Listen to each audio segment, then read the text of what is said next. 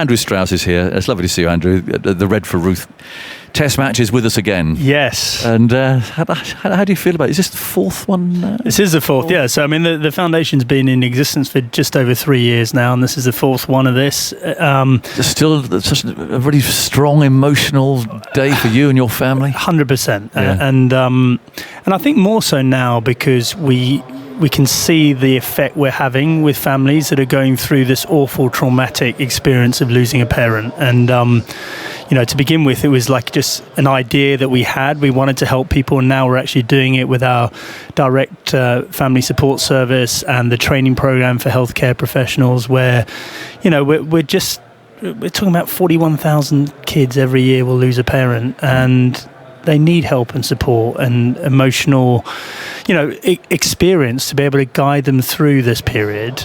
Because one thing we know for a fact is unresolved grief in kids can lead to all sorts of really bad things. Yeah. And did you settle on this because you realised that there was that gap and there wasn't actually anything, or did you come across this because actually you experienced such a very, well, not positive experience, but I mean something that helped you at that time? Which way around was it? A bit of both, but ultimately we drew up the foundation based on an A4 sheet of paper that Ruth wrote down after I and her had a conversation about foundation. She talked about supporting families going through grief. She talked a lot about people doing death well, and effectively having this open conversation about death, making sure it wasn't a taboo in the way that it is for so many people, because our instinct as parents for kids is to let's just keep them out of it. Let's make sure that they don't have to go through this. But of course they're going through it anyway, like whether you like it or not. And so having the right sort of conversations with them, allowing them to feel involved in it, but also giving them permission to grieve is really important. And if as adults we just go down the sort of stiff upper lip route of let's pretend it never happened, that's where you get that unresolved grief, and that can really affect young children's lives. Yeah. How are your boys doing now? I mean, 4 years on, and you say they're allowed to grieve, and they are still grieving, but sort of moving on, and life moves on, does it, or not? Yeah, I mean, it does. Of course, they're growing up. I mean, they're very different characters now to where they were 3.5 years ago. They were actually, we've done a video for the foundation, and they were talking about Ruth and everything the foundation's done, and you can still see that raw emotion that's there for them, and rightly so. Hopefully it'll always be there for them. But I think increasingly, they're remembering their mum with a smile on their face, all the incredible stories they've heard from people about Ruth, and how she viewed life and her principles and her spirit, and they really feel connected to the foundation. So Sam was helping yesterday, just get ready for the day and all that sort of stuff, which is great because that keeps Ruth alive in their eyes as well. What about you? Well, I'm very busy, Aggers. Yes. Obviously, foundation stuff, doing quite a lot for the ECB in various guises as well at the moment. And of course, life, you have to go and earn a living as well. So there's a lot going on. But generally, Has this helped you, this process? Yeah, well, the foundation's helped me, definitely, especially in the early days where I felt completely lost, quite frankly. But it's also a juggling act. I think in the early days, people don't expect you to be working and doing much, and you can just focus on the kids. Now, 3.5 years down the track, I've got to do school runs, and I've got to make sure they're doing stuff that's, getting themselves organised, and then I've got to go out and work as well. So it's challenging, but, I'm really proud of how far we've come as a family, and my boys in particular, they surprise me every day, and quite frankly, all the way through they've offered me great support. I've always felt at the start it was always going to be about me supporting them, but it's very much a two-way process. And are people a bit easier with you? I mean, conversationally, than perhaps they might have been at the very start of all of this? Yes, I think so. In the early days, people don't know what to say, do they? No.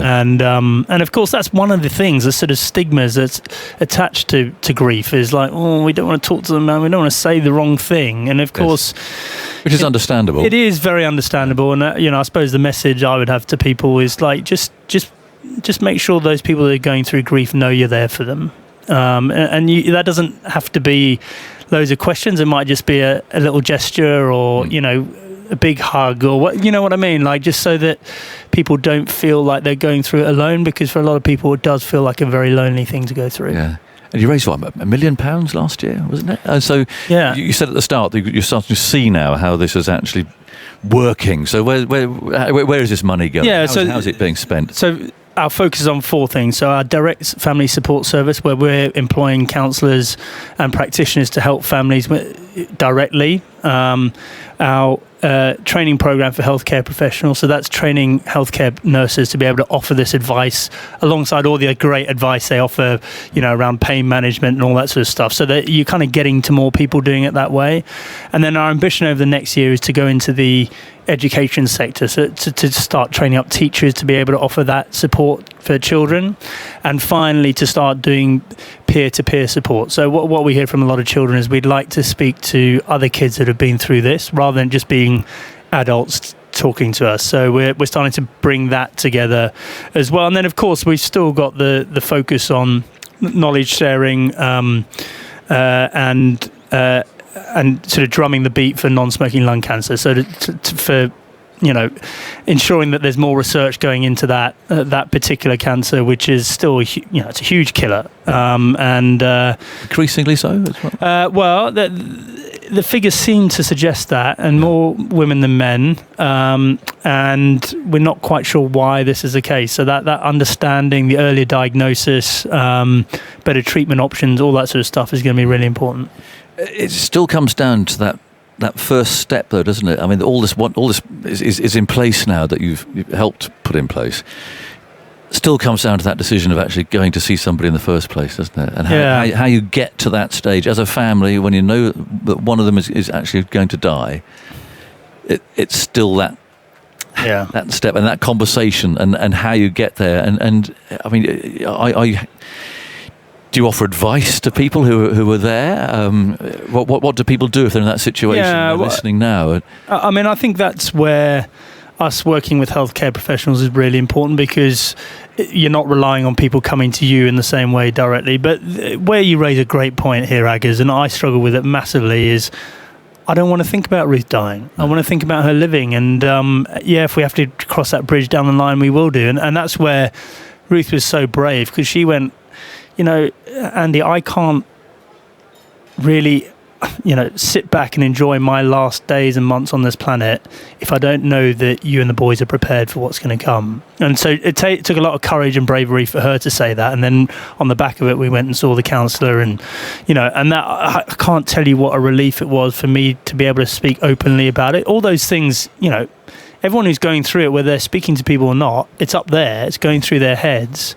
It's the elephant in the room, and then to be able to get it out, articulate it, and then also for me feeling like, once Ruth did die, that there was a support network there for me already, was hugely powerful. Excuse me.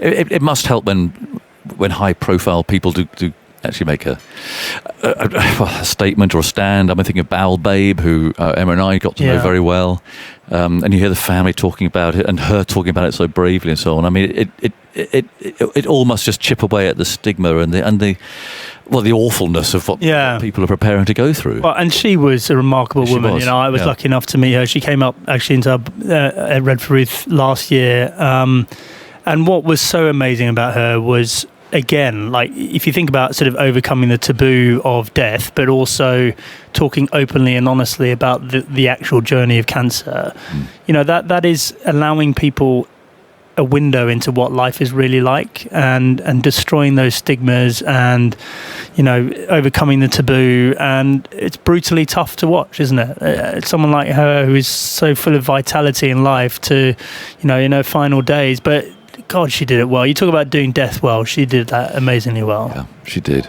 So when's the actual main day? When tomorrow? I got to dust down the red hat that you very kindly gave me. Yes, red hat. Tomorrow. So please, anyone who's coming tomorrow, please wear an item of red if you can. There will be things to buy here, rosettes and etc., etc. Do you have any sort of target in mind? Well, I'm uncomfortable talking about targets, because it makes it sound like it's a sort of financial thing. It's not. This, as much as anything for us, is about us having that platform to tell people what we're doing, but also just, open that conversation about grief and death. And so, yes, look, we need funds to do what we want to do, and we need support, and we've been incredibly, just buoyed by how willing people have been to support us. But we don't want to pressurize people. It's not easy out there at the moment, and just if people can afford to do a little bit or to engage in this in any way, we'd be incredibly grateful. Right, a screeching halt from that. Very difficult, but it's such an honest conversation, and I always admire you and the others who have come here and talked about it so well, Andrew. And I hope it does go well tomorrow. You and I were standing there on the outfield at Grenada not that long ago, and only sort of figuratively, I think I'm not sure where you were, but we would have stood there and looked around at sort of the wreckage of what had happened. I must admit, I felt pretty sad about where English cricket seemed to be at that time. Can you believe what's happened, given that you were there at that time as well? Compared to, today hasn't been a great morning, but as far as these next 4 Test matches are concerned, it seems incredible. Yeah, I mean, in some ways it's hard to rationalise, isn't it? Other than, I suppose, every team has its nadir, it has its bottom point, and there's always a will to move on from where you've been, and our team was never as bad as people kind of made it out to be. But what's been incredible, and I think at the moment I'm in the middle of this high performance review for English cricket at the moment. But what's been incredible is that whatever systems you have in place, and you should have strong systems that produce good players, it's about hearts and minds and emotion and people getting in the right mindset and believing in something. And I think that's what Brendan McCullum and Ben Stokes have done unbelievably well. Let's simplify the game. Let's be really clear on how we're looking to play, and let's back our players to go and play that way. And if you hear it consistently from the people at the top, it really does resonate, and it takes pressure off the players. And so we've seen that incredible kind of lift of those dark storm clouds that were surrounding this team, and people have gone out and expressed themselves. The truth is we've still got a lot of work to do in this test team. I mean, we're not the complete test team by any means at the moment, but what they've been able to do, and maybe this is important as well, is reconnect with the public and play in a way that people like to watch, and it's been a great fillip for the game of Test cricket. Certainly has. And maybe we might have lost 1 or 2 of those games that we played earlier in the summer, and I don't think people would have minded, actually. I think people just they want to see England players having a crack and having a go, and not devil may care, I think that's probably too much, but just trying to win. And if you lose in the pursuit of trying to win, that's okay. Where were you when, I presume, did Rob Key tell you that he was lining up Brendan McCullum before all the sort of the process began? I mean, I know exactly where I was. I just thought, wow, it was like a light going on. Ding. Yeah. What a brilliant appointment.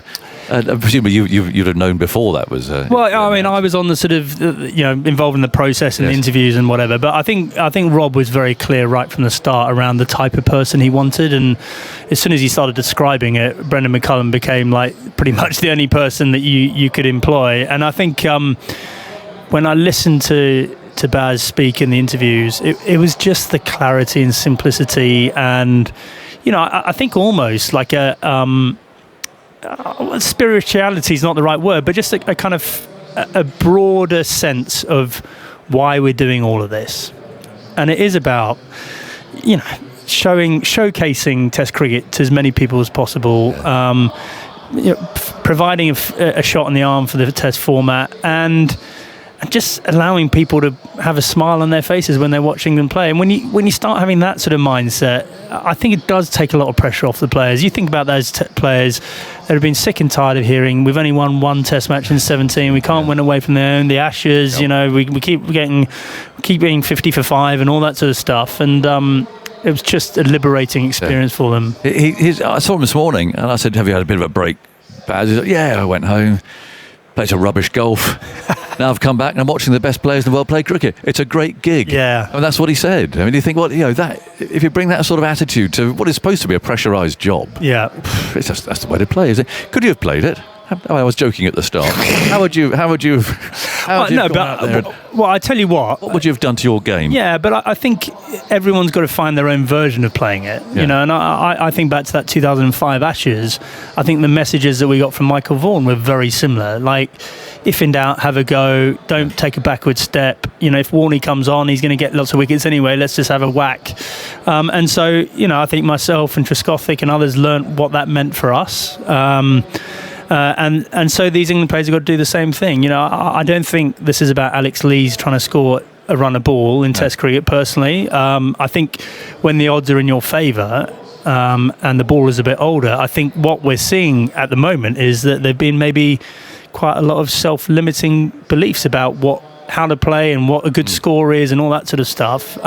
If you know that you're not going to get immediately axed for playing a poor shot in inverted commas, then that does liberate you. Yeah, but like days like today and this morning are a great example of how difficult it can be at times. Yeah, sure. Positive intent is brilliant, and I think, you know, Ollie Pope I think showed that this morning.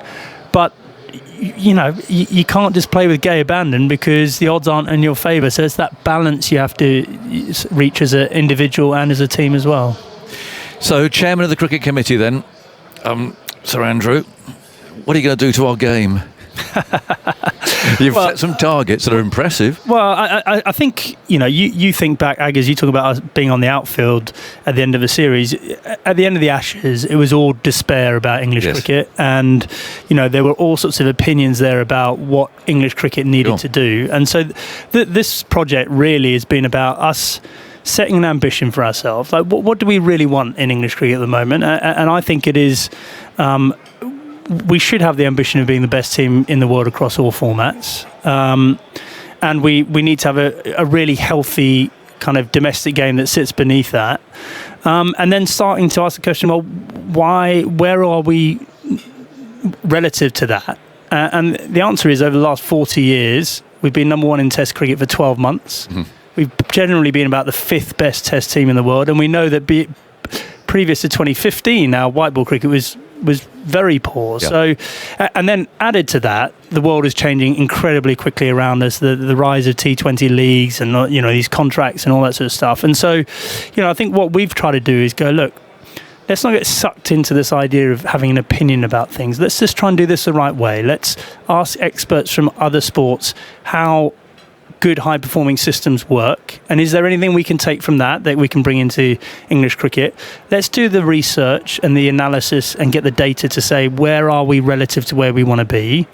And then let's also identify the levers that we can pull in order to move things forward. And so everyone's fixated by the domestic structure. You know, that is one small part of this review for me. You know, I think a lot of this is around having the right sort of leadership in place, the right sort of focus to make sure that we keep on this and we don't get distracted by the highs and lows of one defeat or one victory. It's about connecting with the county game, that the directors of cricket and the coaches, to make sure we're all aligned, we're all working on the same things. It's about making sure we've got the right incentives for players to not just play white ball cricket, but play red ball cricket as well. And it's about also making sure that we put our resources in the game, of which they're finite resources, in the areas that make the biggest difference. And of course, there's, you know, having a vibrant domestic game underneath where you've got really high standards, high intensity, but also it's great to view for spectators as well, is going to be a part of that process. It's the tricky part, quite frankly, but it's only a small part of the whole thing. Yeah.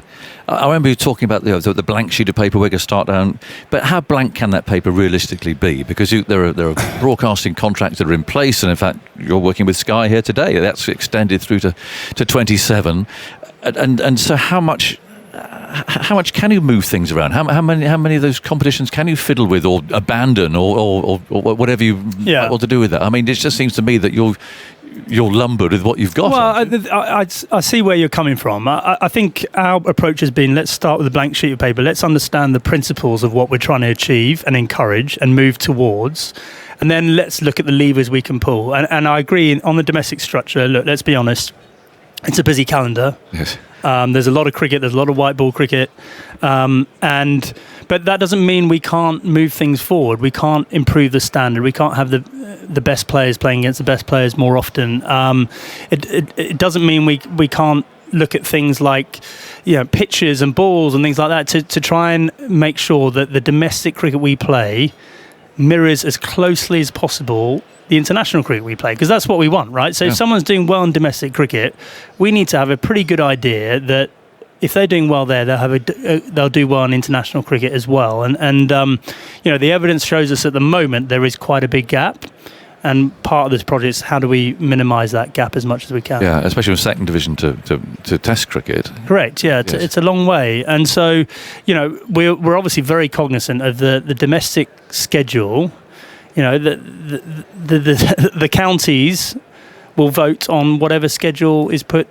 We actually have, and so they have to be very conscious of their members' thoughts and making sure that they're respectful of the traditions of the game. But I think our job running this high performance review is to put options in front of them to say, look, we think this moves cricket forward in this country. This is going to help us to achieve our ambitions alongside all the other measures that we can put in place.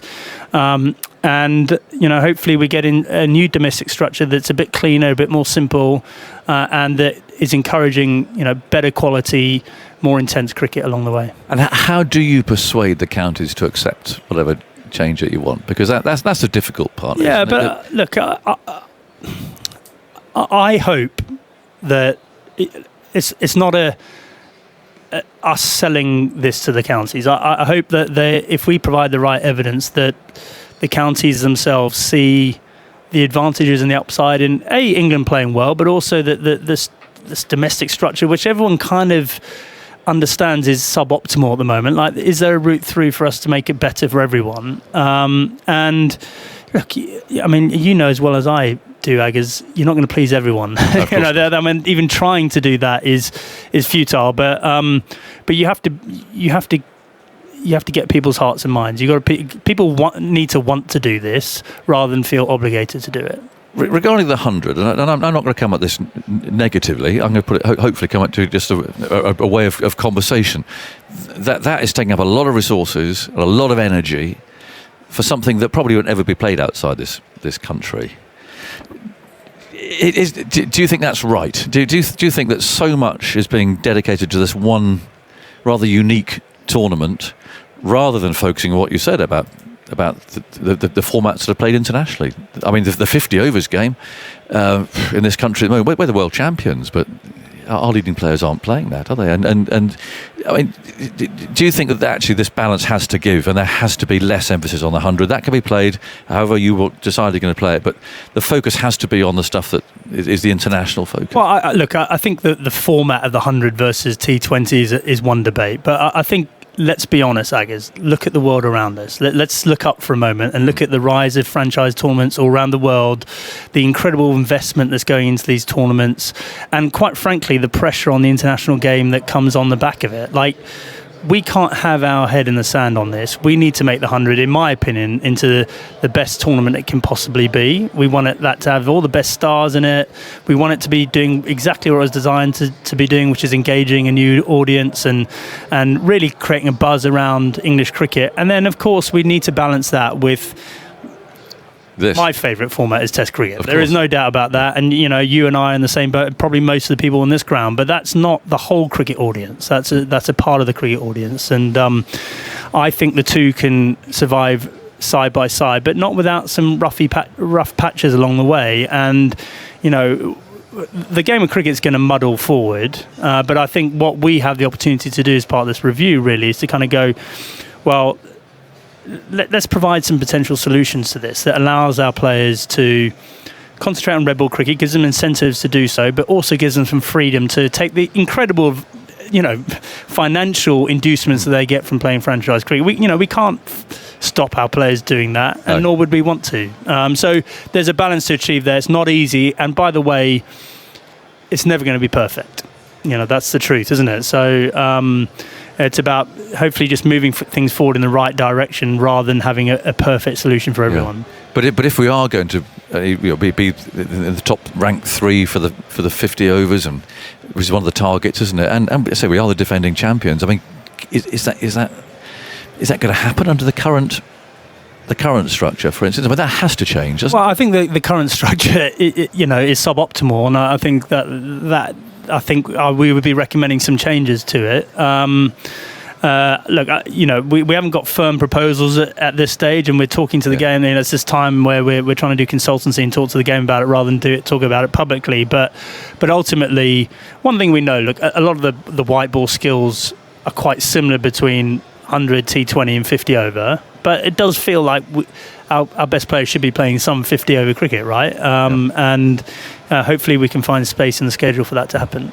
Do you worry about your favourite Test cricket? I mean, do you actually worry about its future? Because there are so many franchise tournaments being set up now. They're popping up all over the place, aren't they? There's talks of IPL 2, talks of IPL teams buying up franchises here, there and everywhere else, buying up the players on 12-month contracts. I mean, how do you look at Test cricket positively through those eyes?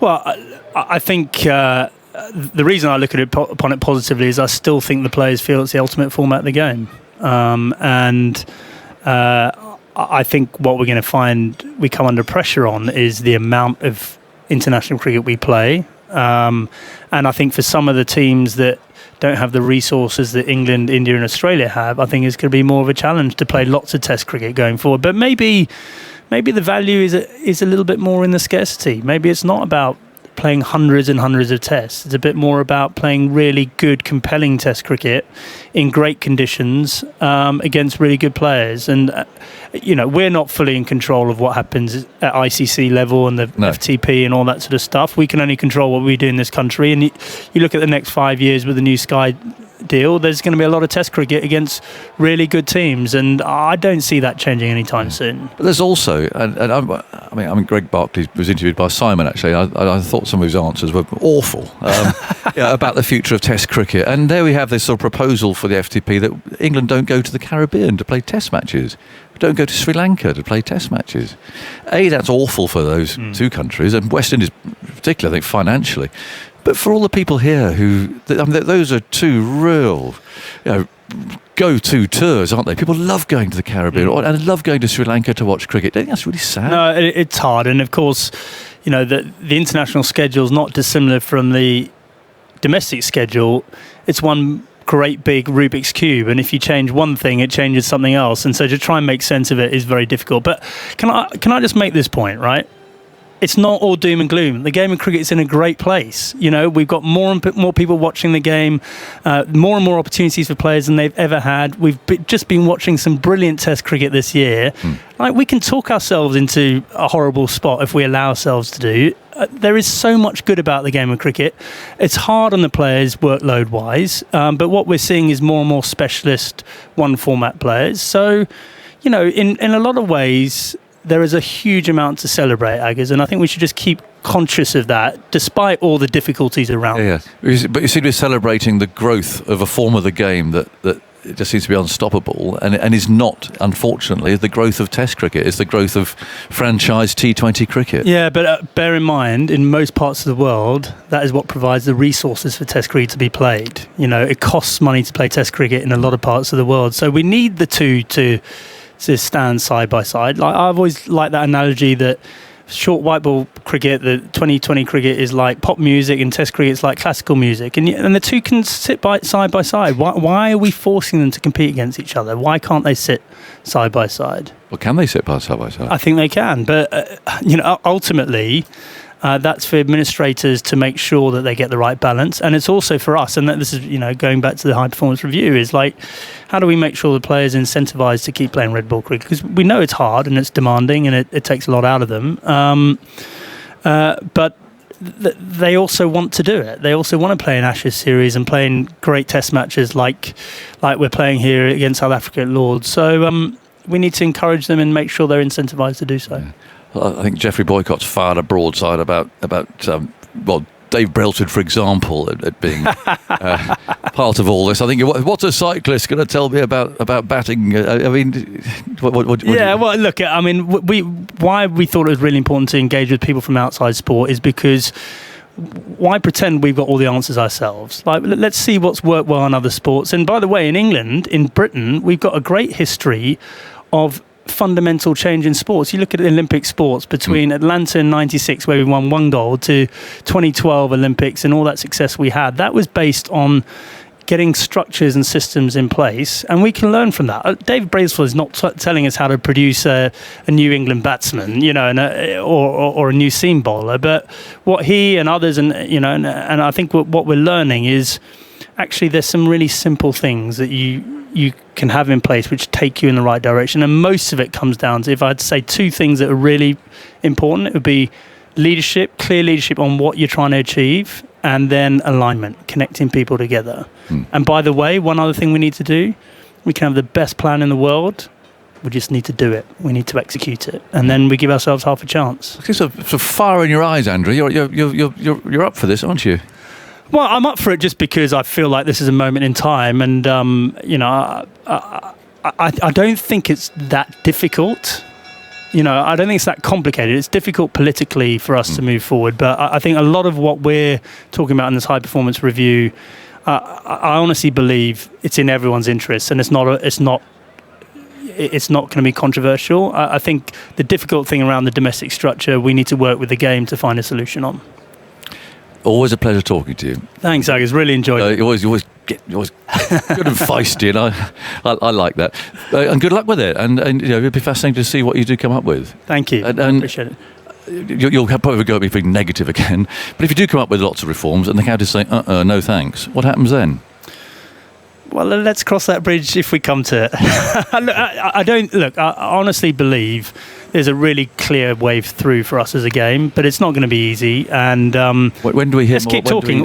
So I think we're in this consultation phase with the counties for probably the next month or so, and then after that, hopefully we'll be able to give you some concrete proposals and recommendations and see where we go from there. Look forward to it. Thank you so much. Also, though, I really look forward to everything tomorrow, and I hope it goes really well. Thanks, Agus. I really appreciate your support of the BBC as well. Great. Thanks for talking to us.